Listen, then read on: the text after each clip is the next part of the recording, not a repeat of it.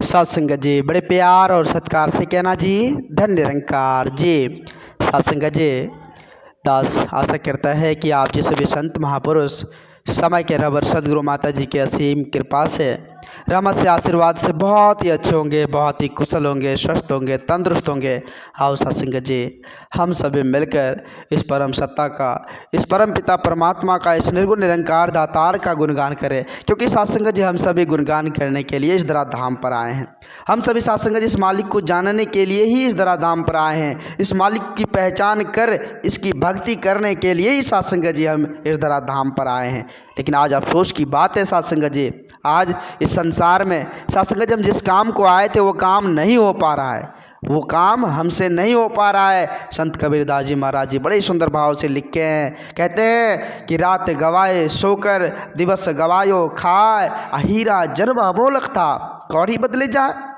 सत्संग जी आज हम इस रात को सोने में व्यर्थ कर रहे हैं। दिन होती है खाने पीने मौज मस्ती में सत्संग जी इस दिन को काट लेते हैं। लेकिन सत्संग जी पता नहीं कि हीरा जन्म कितना अमोलक, इतना संयोग से हमें प्राप्त हुआ है, यह अमोलक है। कितने सत्संग जी ना जाने कितने योनियों में भटकते भटकते फिर जाकर सत्संग जी ये जन्म हम सबों को मिला हुआ है।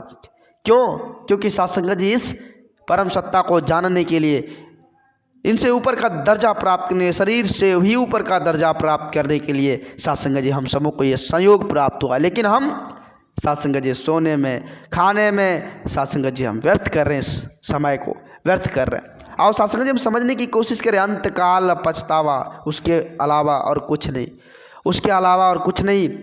हम मजाक बनाते हैं, हम सत्संग जी अहंकार करते हैं, नहीं सत्संग जी। अगर हम किसी भी चीज़ का मजाक बना रहे हैं तो खुद का मजाक बन रहा है सत्संग जी। और सत्संग जी हम समझने की कोशिश करें, अंतकाल हमें पछताना ना पड़े, इसलिए अभी ये समय अमोलक है। इस समय को हम जानकर पहचान कर, इस समय का होकर हम सत्संग जी इस समय का कदर कर लें, फिर जाकर बात बनने वाली है सत्संग जी। क्योंकि परमात्मा का जो दर है, वो जो स्कूल है वो निराला है सत्संग जी, वो जो मंदिर है वो निराला है सत्संग जी, उसका जो चलन है वो निराला है सत्संग जी। और जिसको सत्संग जी इसका पता हो जाता है, ठिकाना मिल जाता है, वो सत्संग जी सारी उम्र इसी में ही खो लेते हैं सत्संग जी, इसी में अपने आप को लिपाट लेते हैं सत्संग जी। अपने आप को सत्संग जी इतना सराबोर कर देते हैं कि फिर सत्संग जी जगह भी कम पड़ जाती है। ऐसी सत्संग जी मिलावट हो जाती है, मतलब हम खुद परमात्मा में मिल जाते हैं। जब इसकी पहचान हो जाए, फिर सत्संग जी पता चले ये अंग संग रहने वाले, यह जरा हमारा अविनाशी है, परम प्रकाशी, नित्य सनातन, आदि अनादि शाश्वत अडोल, ये तो अंग संग है। इसको कहाँ हम दर दर की ठोकरें खाकर खोज रहे हैं। इसकी पहचान आओ सत्संग जी हम सच्चे सदगुरु के श्री चरणों से झुककर नतमस्तक होकर कर लें। क्या होता है सत्संग जी, उम्र बीत जाती है, बूढ़े हो जाते हैं, शरीर पर जुर्रे आ जाती है, आँख से दिखना भी कम पड़ जाता है, हाथ पैर कांपना स्टार्ट हो जाता है। लेकिन फिर भी इतने पर चले गए, लेकिन हम परमात्मा का दीदार नहीं कर पाए।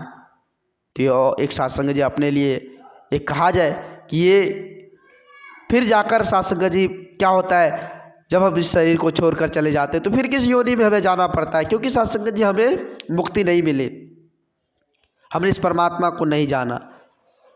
सत्संग जी एक संत थे, जब सत्संग जी वो बचपन में थे तो ऐसे ही सत्संग जी घूमने फिरने में अपना समय, फिर सत्संग जी जब वो बूढ़े हो गए, जब बूढ़े हो गए तो फिर सत्संग जी उसे किसी एक फ़कीर का संग मिला, एक संत का संग मिला, और उन्होंने सत्संग जी का परमात्मा से दीदार करवा दिया।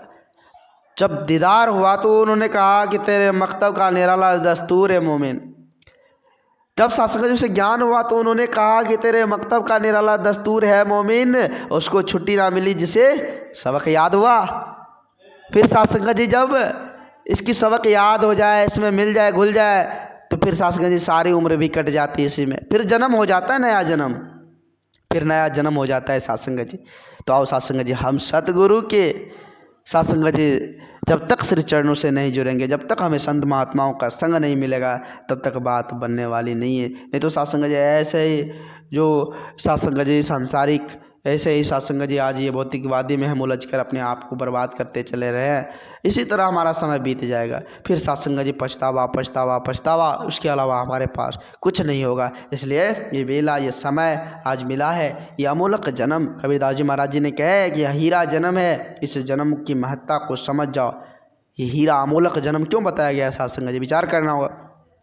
भगवान ने इतनी सुंदर सद्बुद्धि दी है, भगवान ने इतनी सुंदर उठने बैठने समझने सोचने की शक्ति दी, क्यों दी है?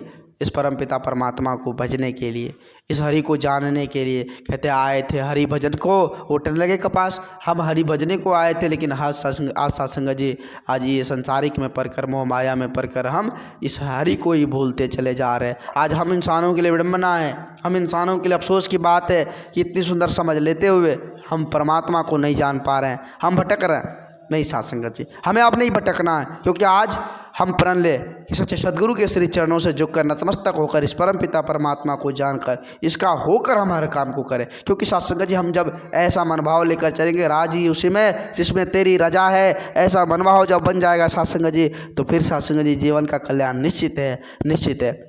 तो ऐसे मनभाव की जरूरत है कि हम राजी उसी में जिसमें तेरी रजा है। इस परमपिता परमात्मा के रजा में ही रहकर हम सासंगत जी जीवन में आनंद को प्राप्त कर पाएंगे। ऐसे मुश्किल है, ऐसे मुश्किल है सासंगत जी।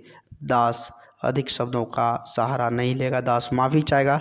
दास को माफ़ करना, अपने श्री चरणों से जोड़े रखना, प्यार से कहना धन्य निरंकार जी।